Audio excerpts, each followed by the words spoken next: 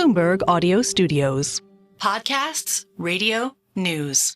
U.S. Secretary of State Antony Blinken is visiting the Middle East this week, where he's trying to secure a ceasefire and hostage deal between Israel and Hamas. This is a decisive moment, probably the best, maybe the last opportunity to get the hostages home, to get a ceasefire, and to put everyone on a better path to enduring peace and security.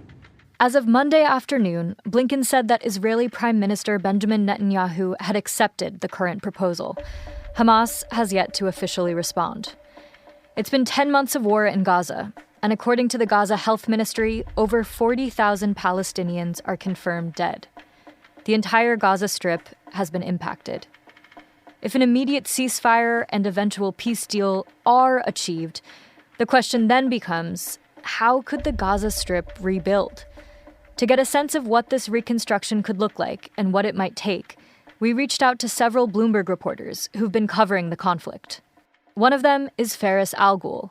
He's a reporter from the Gaza Strip who's now reporting on the war in his hometown from Canada. I look at the pictures of the cornerstone streets of Gaza and I can't recognize them due to the scale of destruction. Fares told me one of his favorite places in Gaza was called East Khan Yunis. It's an area that was once full of olive and citrus trees, where people knew each other so well that they referred to the neighborhoods just by the names of the families who lived there. It's there where you can smell fresh air. It's there where you can escape the dark, humid houses of Gaza. But now, looking at the images of this area, I can see that the houses that are spread there were demolished and the farmlands were leveled by bulldozers. One of the homes that was destroyed there belonged to a 37-year-old woman named Rana Abu Nasira. Rana fled her home after October 7th and moved through the Strip to avoid Israeli airstrikes. But along the way, she told Fares, she tried to keep an eye on it using Google Earth.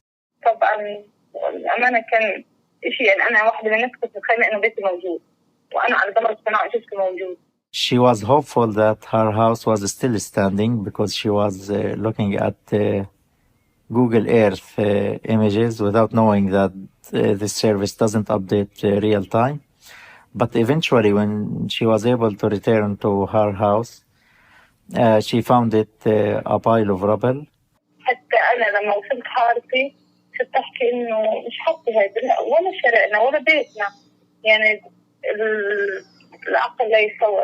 Rana couldn't believe she was looking at her neighborhood, her street, her house. She described what she found as crazy, hardly imaginable.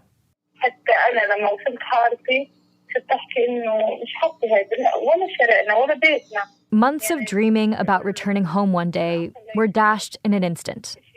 There was nothing left. Rana and her family hope they'll be able to rebuild their home someday.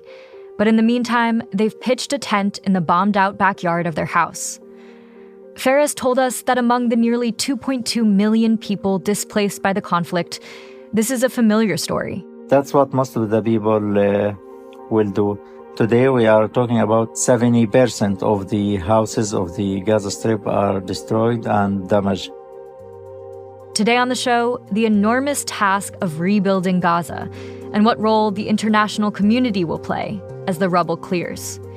This is The Big Take from Bloomberg News. I'm Sarah Holder. It's been 10 months since October 7th, 10 months of airstrikes, displacement, and destruction in the Gaza Strip. There's been lots of reporting on the lack of basic supplies in the Strip. No electricity, running water, shortages of food leading to famine. Fares told me that's been the focus of a lot of international aid efforts so far. But meanwhile, people are also struggling to access other necessities. People are struggling with hygiene to stay clean. People don't have washing products. They don't have shampoo. They don't have body wash. Period products are not available for many women there. Diapers for children. Emergency services are strained. Hospitals are damaged and overfilled. People are also lacking access to medications that they used to take on a regular basis. Pharmacies are running low on everything. I personally know about 8 people who died just because they did not find the medication and treatment that they used to take before the war. This is not the first time Gaza has had to rebuild after conflict. Hamas and Israel have gone to war 5 times just since 2007. But there are some unique things about this moment that make rebuilding Gaza especially difficult. For one, there's the scale of the destruction. In 2014, the conflict before this that caused the most damage, 60,000 homes were destroyed. Right now, the war has impacted 70% of the houses in the Gaza Strip. About 80,000 have been completely destroyed, and 370,000 have been damaged. And this time, the attacks have been more widespread. In that 2014 conflict, the damage was focused on specific areas. This time, nearly all of the Strip has been impacted. To understand what rebuilding would take, we also spoke with Fadwa Hodali, a Bloomberg reporter based in the West Bank. Fadwa noted that this time, there's also a new element of danger to the reconstruction efforts. One of the major big issues that all experts are saying that this war is completely different is the explosive that have fallen into the strip that have not exploded, and they're under the rubble. So this requires a certain experts to handle. With all these challenges come huge costs. There have been estimates that it could take over $80 billion to rebuild, when you factor in hidden costs like the decimated labor market. And for it to happen, Fadwa says, a lot of new materials and equipment are needed. Because right now, Gaza doesn't have what it would need to complete this work. 80% of the machinery has been destroyed. Fares Alghoul says step 1 will be to remove all the debris. We are talking about 42 million tons of rubble that has accumulated in Gaza since October. If you are to remove this rubble, you need a line of dump trucks starting from New York and ending in Singapore. Dump trucks stretched single file from New York to Singapore. Can you imagine? Wow. According to estimates, the removal of the rubble only, which will be the first step in reconstruction, will take at least 8 years. 8 years. Fares says, according to someone he spoke to at the Gaza municipality, there are around 120 dump trucks currently in the Strip. So removing all that rubble will require outside help. And that would only be step 1. The reconstruction of Gaza is a project that will require cooperation and investment from many different countries and organizations around the world. But getting in that new machinery will also require cooperation from Israel, which currently controls virtually all access to Gaza. You have to get an approval for all the machinery to enter the Strip. You need to make sure constantly the borders are open. None of this will take place without the approval of the Israeli Authority. After the break, what role will the Israeli Authority play in rebuilding Gaza? And will other countries step in to help?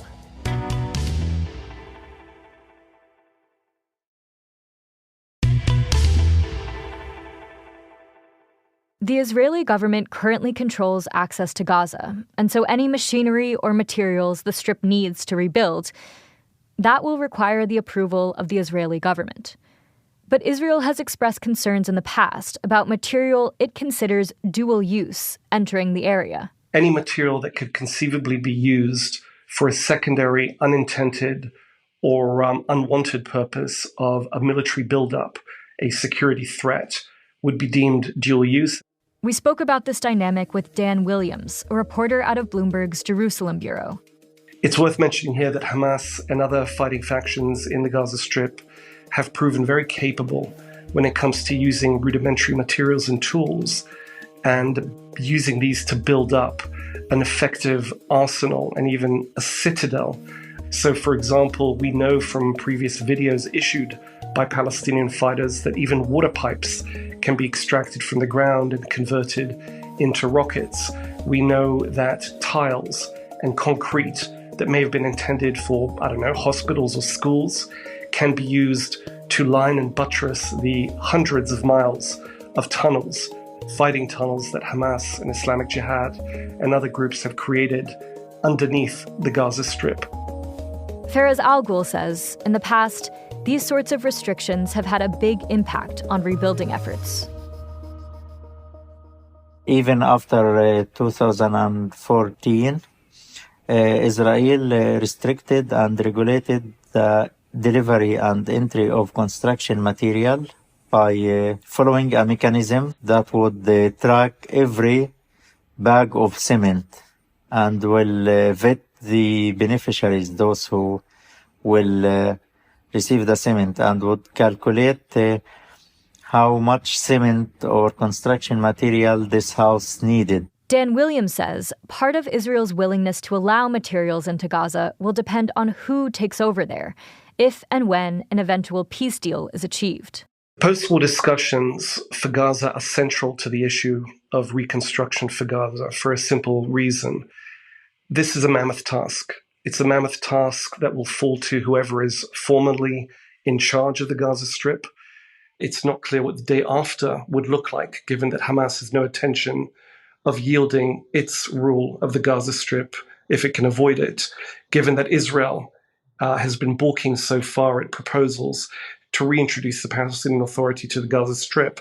The Palestinian Authority, which was set up to govern Gaza about 3 decades ago, has had limited power over the territory since Hamas took over 17 years ago. But it's continued to pay for nearly half of the Strip's official government and public utility spending. Dan told me that even if the Palestinian Authority were able to wrest control of the Strip fully back from Hamas, Israel may not trust the government to effectively oversee a rebuilding effort. Israel simply does not trust the PA to administer properly.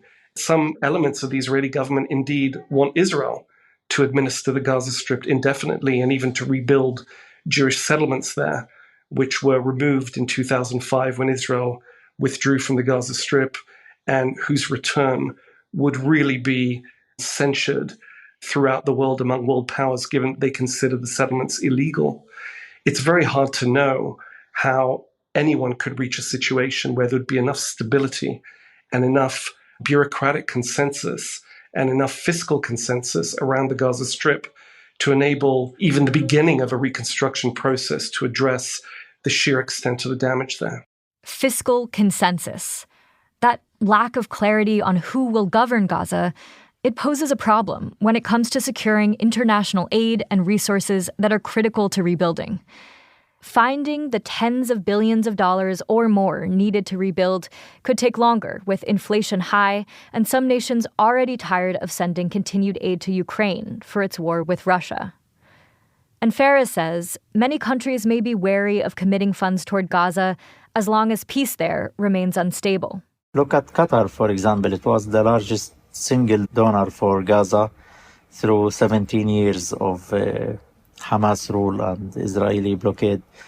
But Qatar signals that it is not interested in getting involved in rebuilding because it had spent over $1 billion in infrastructure projects in Gaza. And all of that has led to nothing. Talks are ongoing this week, and Blinken has been described as sounding optimistic. But for Palestinians whose families, homes, and communities have been decimated, even that eventual rebuilding can never bring back all that they've lost. These people have witnessed so many wars, not 1 or 2 or 3. They need to find peace. They cannot move on with a war after war after war. If the removal of rubble will take 8 years, the curing of the damage done to the lives of people will take 80 years.